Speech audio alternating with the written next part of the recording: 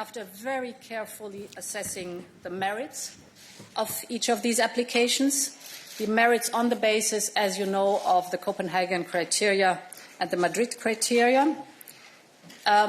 You might also know that these are concerning the political criteria, the economic criteria, and the question whether the country, the applicant, has the capacity to thrive in our very competitive internal market.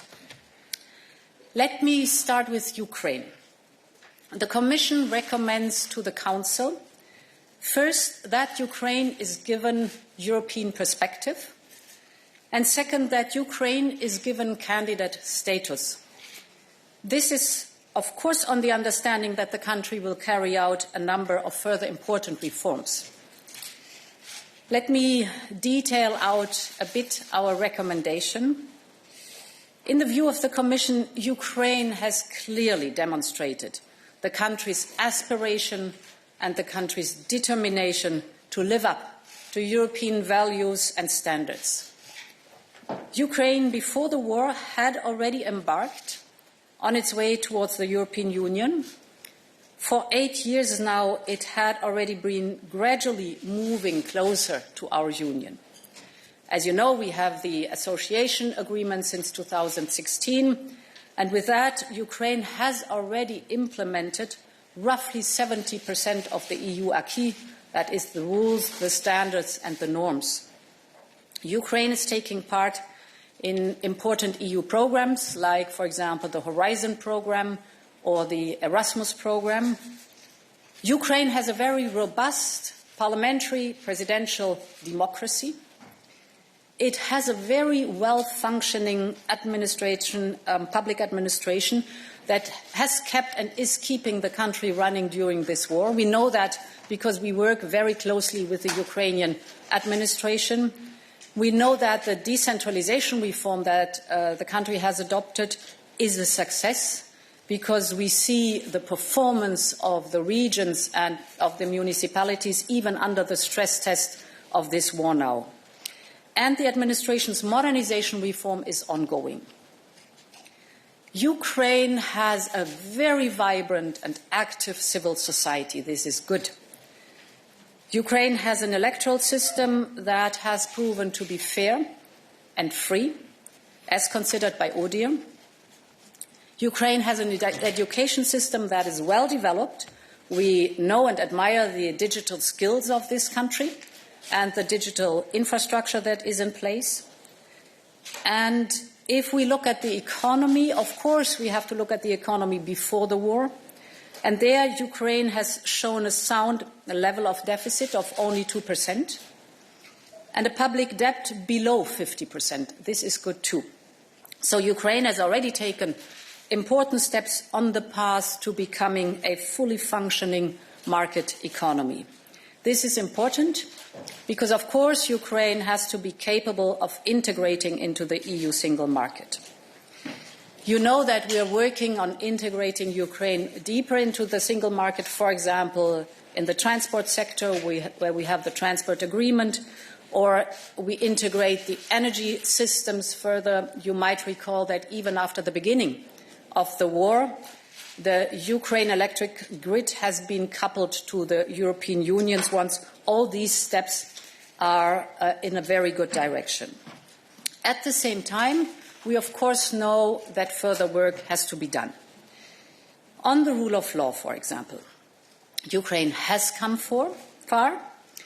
It has come far in setting up the necessary institutions for the judiciary to function effectively, and the necessary institutions on the vetting of prosecutors. The focus should now be on speeding up the selection of judges of the Constitutional Court, as well as the members of the High Council of Justice.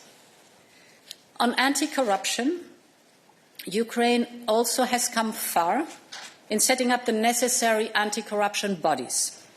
So the focus should now be on the appointment of the new head of the anti-corruption prosecutors and the new director of the Anti-Corruption Investigation Bureau. In other words, the anti-corruption bodies are in place. Now they have to become fully operational. On oligarchs, Ukraine has adopted a bold law against oligarchs, the de-oligarchization law. And in fact, it is the only country of the Eastern Partnership that has done so. This is good. Now here, too, it is on implementation. We want to see results on the ground. On fundamental rights, Ukraine has achieved to comply with 80% of the recommendation of the Venice Commission. What remains to be done is the adoption of the law on national minorities. So in sum, a lot has been achieved, but of course important work remains. I have discussed all this with President Zelensky and Prime Minister Shmyhal when I was in Kiev around about 10 days ago, and I got a very telling reply by President Zelensky. He said, you know, even if we would not apply for European membership, these are all reforms that are necessary and that are good for the country, and we would have to do them anyway because it's for Ukrainian democracy. Of course, we know that not everything can be achieved as long as a war rages in the country, but many of these issues can nevertheless already be addressed. So, to conclude on Ukraine, we have one clear message, and that is, yes, Ukraine deserves European perspective. Yes, Ukraine should be welcomed as a candidate country. This is on the understanding that good work has been done, but important work also remains to be done. The entire process is merits-based. So it goes by the book, and therefore progress depends entirely on Ukraine. It is Ukraine that has it in their hands, and what could be better to shape your own future. Turning to Moldova, our assessment goes broadly into the same direction as for Ukraine. We therefore also recommend that Council grants Moldova the European perspective and candidate status, on the understanding that the country will carry out a number of further important reforms. In the recent past, Moldova has taken a decisive step towards reforms with a clear mandate from its citizens. It is on a real pro-reform, anti-corruption and European path for the first time since independence. Of course, Moldova still has a long way to go. Its economy and public administration in particular require major improvements, but provided that the country's leaders stay on course, we believe that the country has the potential to live up to the requirements. On Georgia, Georgia shares the same aspirations and potential as Ukraine and Moldova. Its application has strength, in particular, the market orientation of its economy with a strong private sector. To succeed, the country must now come together politically to design a clear path towards structural reform and the European Union, a path that concretely sets out the necessary reforms, brings on board civil society, and benefits from broad political support. This is why we recommend to Council to grant the European perspective and to come back and assess how Georgia meets the number of conditions before granting its candidate status. So finally, to conclude, on these three opinions, we did a thorough assessment, and this is laid out in the now public three opinions. This is a very solid basis of facts and evidence to move forward. And building on this basis of evidence is, of course, a historic and a political momentum. And we all know that Ukrainians are ready to die for the European perspective. We want them to live with us the European dream. Thank you so much for the moment. Thank you very much. Mrs. President, Commissioner, you now have the floor. Thank you. Just to complement what the President has just explained to you, as you have seen in the midst of these very turbulent times, 3 of our partner countries have decided to send a very clear message to us and to the world. Ukraine, Moldova and Georgia want to join the European Union. They have expressed very clearly and loudly their own will, which is that they consider the European Union and membership in the European Union to be the most important and most reliable tool for their own peace, stability and prosperity long term. Now it is for Europe to show that this is a reality. So it is obvious that in this new geopolitical context, Europe has also reassessed the importance of its own unity and the importance of the enlargement policy. We have treated these applications very seriously, but not as business as usual. We have been working very hard, and we have done our utmost to deliver as fast as we can and respond to the Council, which has asked the Commission very quickly after the applications were received to come up with an opinion, because this is the first step of any process, that the Commission prepares an opinion on the applicant countries. We have made a rigorous and robust assessment. You will see in the documents that we have been applying the exact same methodology as we have been doing in previous cases, and we are relying on the criteria that are well established, the so-called Copenhagen criteria, supplemented in Madrid 1995, which are, first of all, a political criteria, meaning how the country ensures democracy, the rule of law, protection of human rights and minorities. The second criteria is the economic criteria, to assess whether there is a functioning market economy capable of resisting competitive pressures within the European Union. And third, the so-called acquis criteria, meaning the capability of applying our legislation, the EU law, as is on the ground. On the political criteria, I think the President has already explained everything to you, so I don't want to repeat that.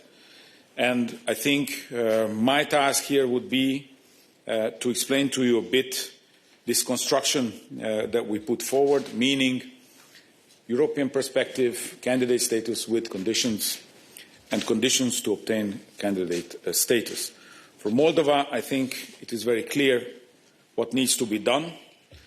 We need the public administration reform to go ahead and to be finished.